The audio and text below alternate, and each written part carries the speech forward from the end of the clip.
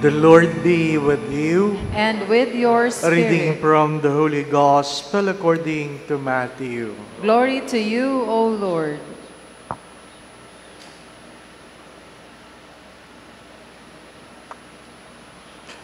Jesus said to his disciples, "The kingdom of heaven is like a treasure buried in a field which a person finds and hides again, and out of joy goes and sells all that he has and buys that field.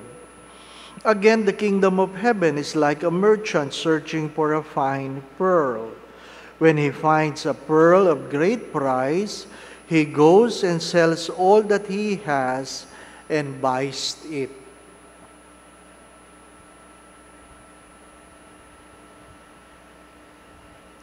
The Gospel of the Lord. Praise to you, Lord Jesus Christ.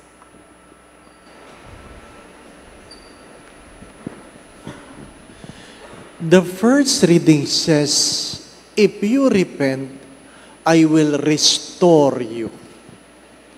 If you repent, I will restore you. And you have to understand, the original text is metanoia. Metanoia. A change of heart. Not just turning away from sin. So, if you repent, if you turn your hearts from, I will restore you. It's good to ask ourselves, what are the things that prevents God from restoring me? Go beyond sin. It might be a habit, an attitude, a wrong frame of mind. Ask yourself, ano kaya yung mga bagay-bagay na yon na pwedeng tama, pero hindi yun ang pinagagawa sa iyo ng Diyos? Saint Ignatius of Loyola would always remind us that our common mistake is not to commit sin, but to do the right thing, and yet it is not what God wants you to do. Ano po yun? Maaring tama ang ginagawa mo, pero hindi yan ang pinagagawa sa iyo ng Diyos. We seldom ask the question because there's nothing wrong. There's nothing wrong. Pag may nag-a-apply sa seminaryo, ang aking tanong palagi sa aplikante, talaga bang pinagpapari ka ng Diyos? O gusto mo lang magpari? Magandang itanong yon. Yung mga in love, hindi nagtatanong kung sila pinag-aasawa ng Diyos. In love sila eh. Hindi po ba, ano? Pero, pag ikaw ay nagugutom, nakita mong pagkain, kahit bawal, bakit kinakain mo? Hello? Di po ba, ano? Kaya nga sabi ni Santo Tomas de Aquinas, if you cannot tame your palate, you can never tame your soul.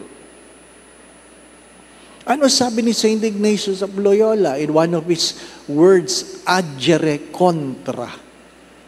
Can you go against your will? Can you go against your instinct? Or Stephen Covey would say, can you delay your gratification so that you will be able to attain a better you? As I've said many times, discipline is never about punishment. Discipline is embracing certain habits so that we will be able to live a life of excellence and distinction. Discipline. Ang problema natin, pag nahirapan na, ayaw na.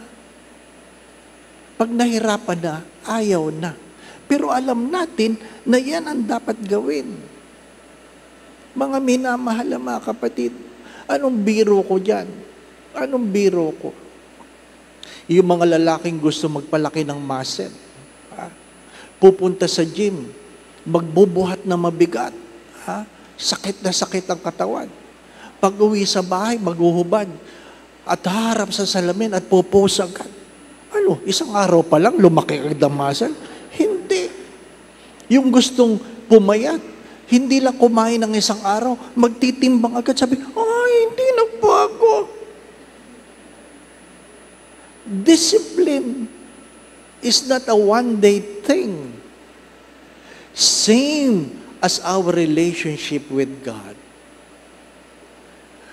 The first principle and foundation of St. Ignatius of Loyola is what?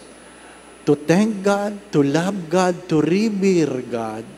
In so doing, we may attain salvation of our soul. Kahit yan ay maganda, kung hindi yan ang magdadala sa akin sa langit, tatanggihan ko. Kaya ano sabi niya? Hindi ako humihingi ng kalusugan o pagkakasakit. Hindi. Hindi ako humihingi ng yaman o kahirapan. Hindi. Ang hiningi ko ay paano ako mapapalapit sa Diyos. My dear friends, my brothers and sisters, it entails discipline. To pray is a discipline. As many times I have said this, knowing how to pray is a skill. Knowing what to pray is wisdom. But to pray is an act of excellence. There are people who know how to pray. Even though they know what to pray, the problem is that they are not praying. Why? It entails discipline. It entails discipline. The grace of today is hopefully we will be able to embrace a certain habits. As St. Ignatius of Loyola would say, you increase your love for God so that you will despise everything that will be against of God. Dagdagan mo, Panginoon, ang aking pagmamahal sa iyo upang anuman ang nagiging balakid sa mga ito ay pwede kong ipagkanulo. Amen. The bigger question with regard to the gospel is the treasure really worth buying? Is the treasure really worth buying?